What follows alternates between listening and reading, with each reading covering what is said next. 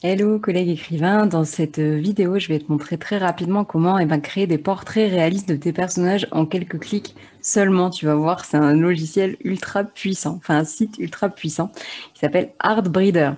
Alors tu le vois ici, donc le nom du site c'est tout simplement artbreeder.com et alors ensuite tu dois faire Start, créer un compte, donc je te passe l'étape.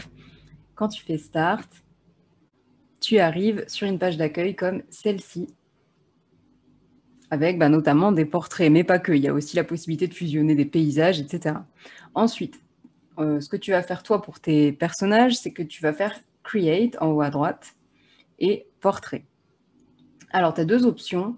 Enfin, tu as aussi l'option d'animer, mais tu as l'option Compose et l'option Upload. Donc, dans l'option Upload, tu peux ajouter 3 de tes images personnelles, dans la version gratuite en tout cas. Et nous, on va plutôt faire l'option Compose. C'est un peu la même chose, c'est juste qu'on prend les images qui sont déjà sur le site.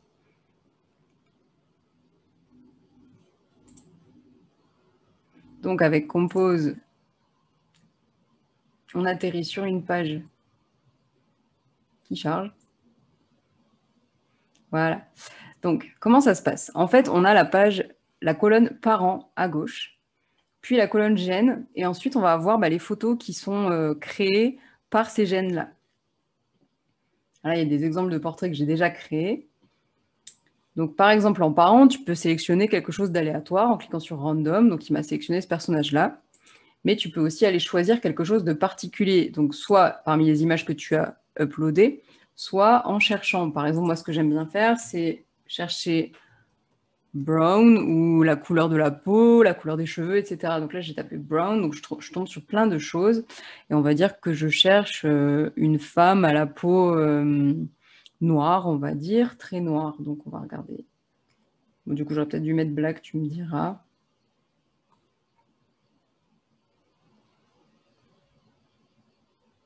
Ça sera peut-être plus intéressant.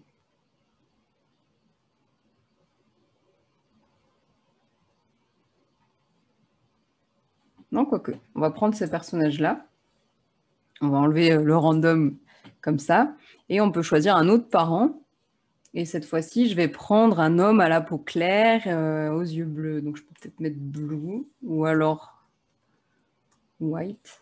Non, blue, c'est très bien. Et bon, on va pas forcément prendre le premier qui arrive. On va prendre, tiens, lui. Voilà. Ensuite, je peux choisir en fait les caractéristiques qui vont être héritées par mon personnage. Ça peut être au niveau du visage ou du style. Alors ça, je pense que c'est plutôt vestimentaire en général. Et du coup, là, je vais choisir qui est beaucoup de la femme et moins de l'homme, par exemple.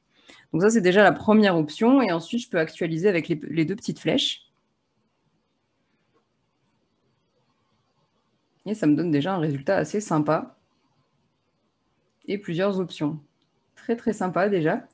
Et ensuite, je peux venir changer un petit peu tout ça. Donc, par exemple, je peux choisir le genre de la personne. Alors, globalement, il faut faire attention, il ne faut pas mettre le curseur tout au bout, sinon ça fait n'importe quoi. Il faut le mettre, par exemple, à 0,2, moins 0,2. Donc, à droite, ça devrait être les hommes, je crois. Bon, de toute façon, il faut tester, ouais, voilà. Là, les résultats sont très sympas. Et à gauche, du coup, pareil, moins 0,2. Ce sera plutôt les femmes. Ensuite, on peut choisir des types, entre guillemets, de caractères physiques. Par exemple, il y a asiatique, indien, noir, blanc, Moyen-Orient et latino-américain. Donc, ce que je peux choisir, ça peut être Moyen-Orient, par exemple. J'ai pas mis très fort, je ne sais pas si ça va très bien fonctionner. Ah ouais, c'est pas mal. Donc voilà, donc ça peut être intéressant si tu écris un roman dans un certain contexte, avec une certaine zone géographique, tu peux quand même faire une diversité. C'est très joli.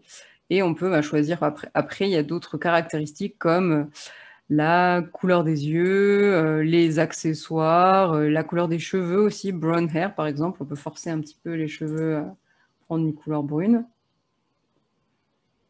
Voilà, donc là j'ai bien foncé les cheveux et du coup ça modifie un petit peu forcément l'apparence physique.